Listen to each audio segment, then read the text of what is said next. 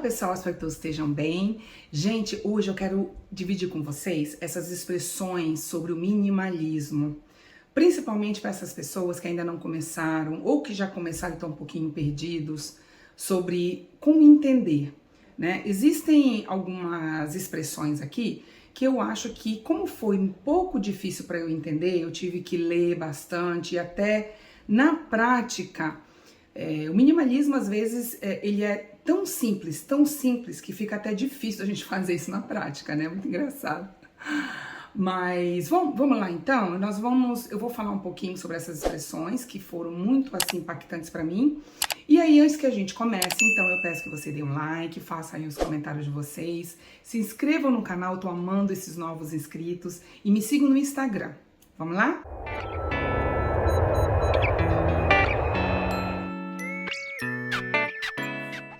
A primeira expressão minimalista que eu coloquei aqui, eu coloquei 1, 2, 3, 4, 5, 6. Coloquei 6 expressões. E a primeira delas, que a gente sempre comenta, é que no minimalismo, cada pessoa tem a sua régua para as suas coisas. E aí, o que é essa régua, então? É algo que a gente possa mensurar a distância de um lugar para o outro ou mensurar uma quantidade? Sim, a ideia é exatamente essa, por isso que se chama régua. Essa régua, ela é muito individual. Então, por exemplo, coisas materiais da minha casa, pessoais. Eu tenho a minha régua. Eu sei quantas camisas eu posso ter, quantas calças eu preciso ter, quantos sapatos, né? Eu tô agora num teste de reduzir, ficar com 2 peças de cada, para ver se eu me adapto. Mas isso é uma régua que eu decidi ter e eu vou fazer como um teste. Isso não quer dizer que necessariamente seja para todo mundo, né? Então, quando a gente fala no minimalismo, cada pessoa tem a sua régua, é exatamente isso. Cada um de nós temos o número de pessoas na nossa casa, cada um de nós temos as nossas necessidades, coisas que a gente gosta, os apegos que nós temos.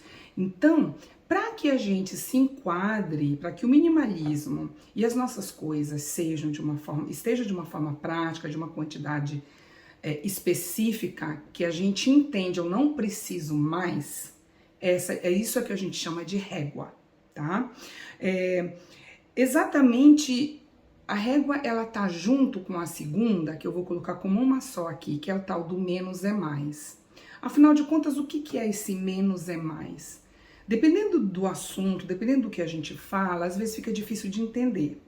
Mas a verdadeira concepção do menos é mais é que é o seguinte: o minimalismo, como ele entende que nós não precisamos consumir demais, ou seja, o que nós temos que ter é aquela quantidade específica de coisas.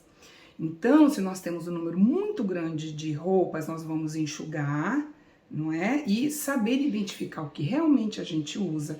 Porque, gente, na grande maioria das vezes nós temos milhões de roupas, mas o que a gente usa realmente são sempre aquelas ali. E esse menos é quando a gente reduz, mas a gente aumenta na qualidade. Então, eu tenho 2 tênis, né? Um exemplo. Eu preciso realmente de um tênis, ainda não fui fazer minhas compras. Gente que me acompanha aqui sabe. Ai, meu Deus. Tô juntando meu dinheirinho para sair para comprar tudo que eu preciso. Então, eu passei de 4 tênis, por exemplo, e decidi ter só 2. Só que esses 2 eu quero tênis de boa qualidade, tênis que muitas das vezes são caros. Então, o minimalismo fala que é muito melhor nós termos menos coisas com mais qualidade. Por isso que a gente chama de menos é mais. Se a gente for usar esse termo, a gente pode aplicar em qualquer área da nossa vida. Né? Por que ao invés de ter um grupo muito grande de amigos, a gente não passar a ter menos e saber exatamente quais são aqueles que a gente sabe, que a gente pode contar 24 horas por dia, por exemplo, né? Eu sou uma delas, eu sou uma pessoa que eu tenho muito poucos amigos, mas eu realmente já cheguei num ponto que eu não preciso de mais, eu tô muito feliz com esses que eu tenho. Claro, isso não vai me impedir, pessoal, de querer conhecer outras pessoas, né? Até de fazer uma nova amizade, mas não é uma necessidade que eu possa dizer que eu tenho agora. Outra expressão, desapego. O desapego, pessoal, talvez seja algo que eu não concorde diretamente 100% com o que os minimalistas falam. De qualquer forma, eu acho que o desapego no minimalismo, para mim, quer dizer o quê? Ressignificar. Quando a gente ressignifica uma coisa, a gente passa a olhar para as nossas coisas materiais e pensar assim, não, isso daqui realmente eu quero, porque tem todo um valor por trás que, para mim, é muito mais lógico eu ter esta peça. Então, por exemplo, eu tenho uma peça, uma blusa, que inclusive era da minha mãe, que eu uso, e eu amo uma batinha, que eu sempre falo aqui no canal dela, que eu amo de paixão. Acho que eu só vou parar de ter essa blusa quando ela realmente se dissolver inteira. Mas de todos os aniversários que vêm se acumulando, de todas as coisas que eu ganho, de clientes, de amigos, muita coisa eu não mantenho por muito tempo. Né? Hoje eu sou apegada, que eu me lembre, em 3 coisas. Essa blusa da minha mãe, uma bolsa que uma amiga minha fez, gente. Ela com a mãozinha dela lá tricotando fez a bolsa pra mim. E uma outra, minha amiga, que comprou um Buda, porque eu tinha dito pra ela que o Buda, ele só dá sorte, diz a lenda que ele só dá a sorte, que traz a sorte pra nossa casa se a gente ganha de presente.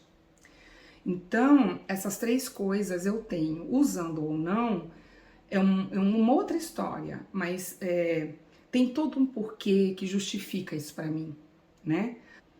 Então, são essas coisas que eu acho que quando é uma peça muito pessoal e que lembra, que tem a energia, o que tem o cheiro, o que tem a foto, o que tem a letra, que na verdade a letra é um resquício de energia da pessoa viva. A pessoa estava viva quando ela escreveu aquilo. Então, eu procuro separar essas coisas, né? Então, eu não concordo do desapego 100%. Eu acho que depende.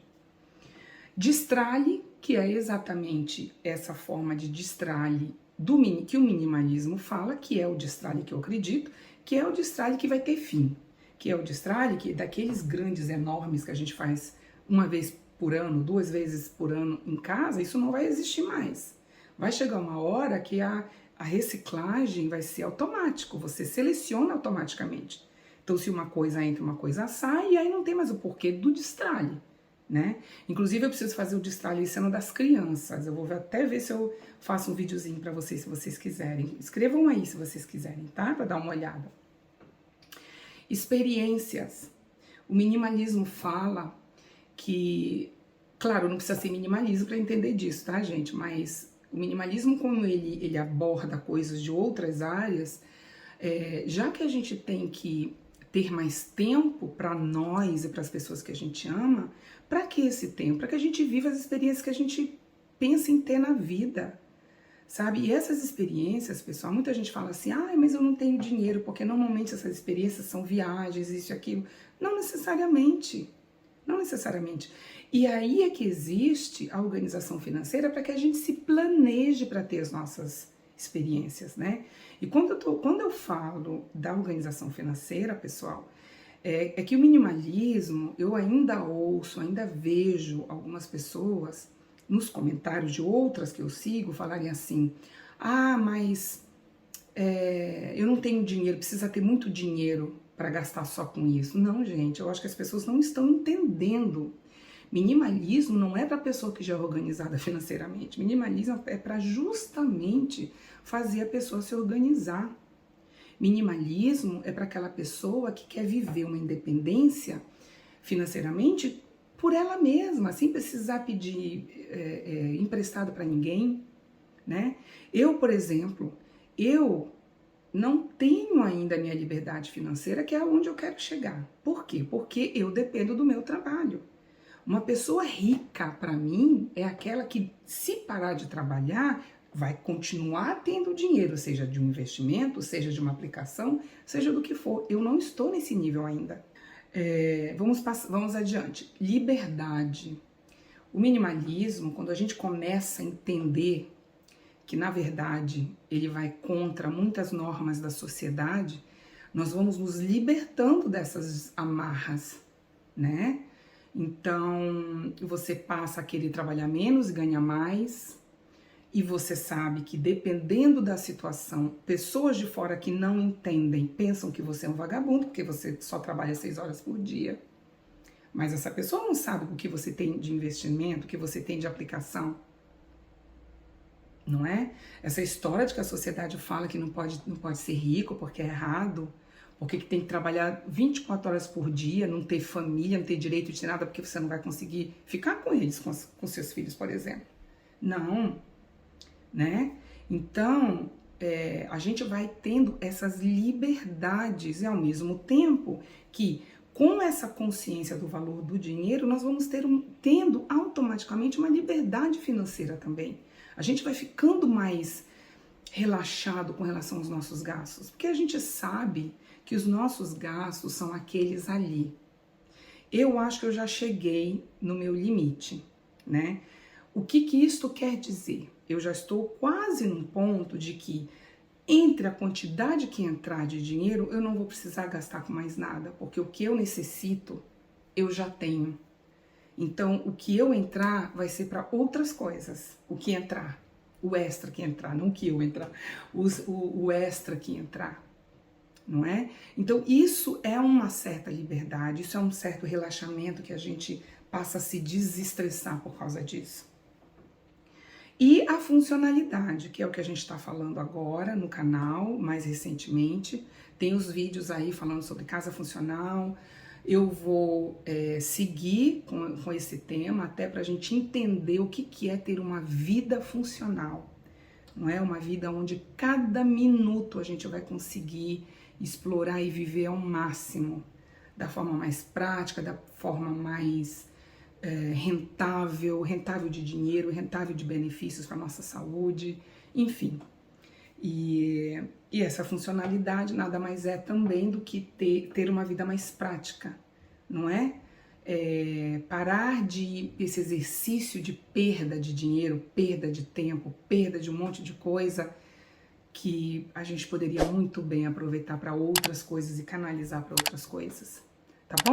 Então é isso, minha gente. Espero que vocês tenham gostado. Um beijo, coloquem aí os comentários de vocês e a gente se vê no próximo vídeo. Tchau, pessoal!